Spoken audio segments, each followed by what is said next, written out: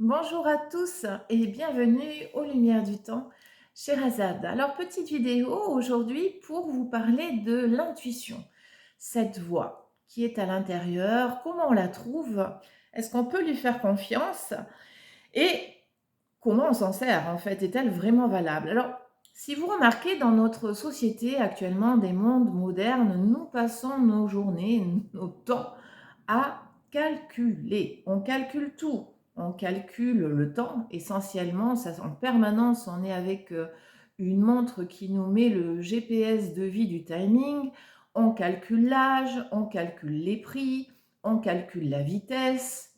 On est toujours avec des chiffres. En permanence, notre vie est entourée de chiffres et de mesures.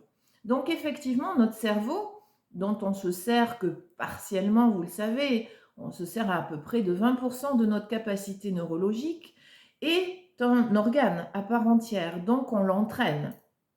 On passe notre temps à le stimuler sur certaines zones. Et à partir du moment où on calcule, effectivement, on reste sur sur le cerveau supérieur, qui lui, au niveau neurologique, est toute la réflexion. J'appelle ces neurones-là les secrétaires, les intendances de vie, et elles sont toujours présentes, toujours actives, elles ne prennent pas de RTT.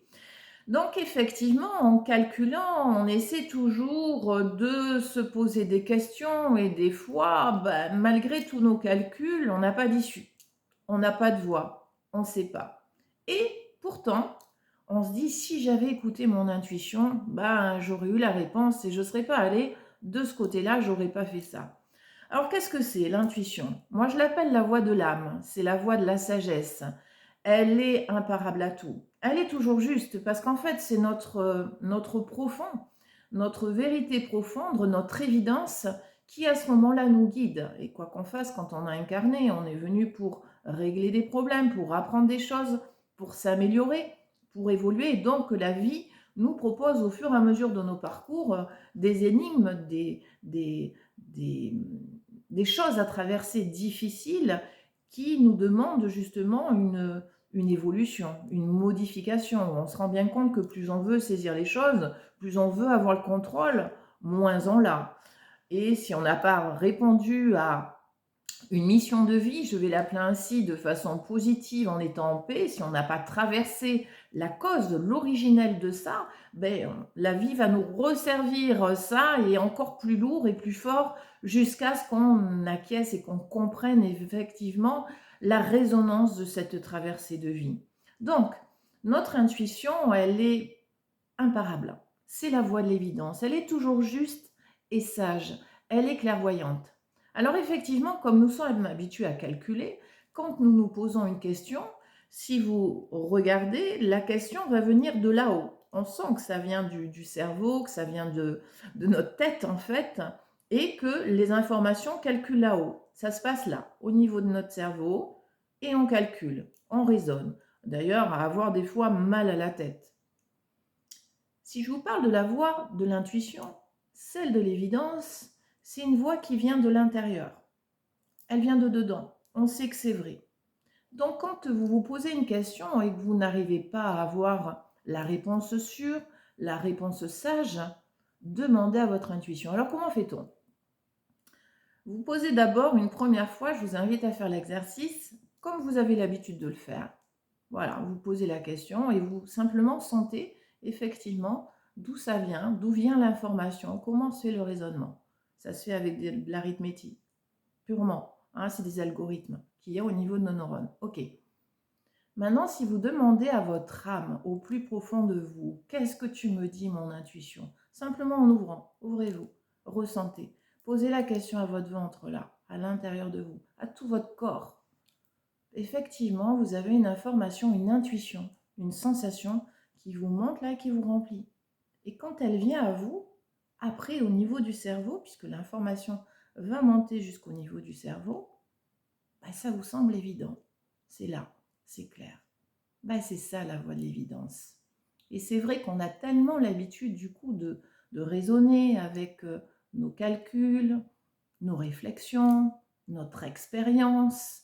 Donc on amasse toutes ces données et on fait une espèce de calcul fou et puis on arrive à un résultat, mais qui ne donne pas forcément la bonne intuition et la bonne voie à prendre. Donc moi, je vous invite, quand vous ne savez pas, ou même quand vous savez que vous voulez vérifier, à poser cette question de l'évidence à tout votre corps, à votre ventre, et sentir cette information qui va monter en vous et devenir la clairvoyance. Pour ma part, au fur et à mesure du temps, je vais vous dire que je me sers pratiquement à 80% de mon intuition maintenant et je vérifie avec mon cerveau s'il est d'accord, si dans ses algorithmes, il va valider, et bien sûr les trois quarts du temps, c'est ça. C'est plus mes peurs qui peuvent revenir, c'est plus les angoisses, c'est plus du déjà vécu qui dit, ah attention, là effectivement, c'est peut-être un terrain un petit peu broussailleux si on va sur cette voie-là. Mais pourquoi pas? À partir du moment où la voie de l'évidence nous montre que ce chemin ou cette décision est la bonne à prendre, je vous confirme qu'effectivement, c'est la voie de la sagesse. Elle ne se trompe jamais. La seule chose qui peut vous parer à cette voie de l'intuition, ça va être vos peurs, ça va être vos angoisses, ça va être peut-être vous renvoyer à ce que vous ne voulez pas traverser. Parfois, hein, ça peut être la solitude, ça peut être l'isolement, ça peut être tout un tas de choses qui vont faire que on se freine à aller vers la voie qu'on devra emprunter.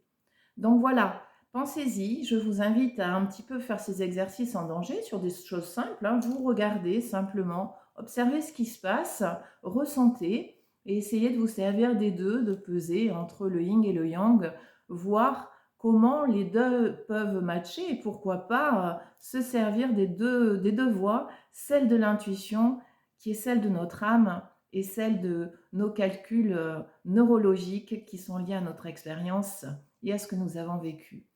Voilà pour cette petite vidéo. Ben, écoutez, je vous souhaite belle intuition, belle voix de votre âme. Je vous souhaite une très très belle journée. Prenez soin de vous. Au plaisir de vous retrouver. Namasté.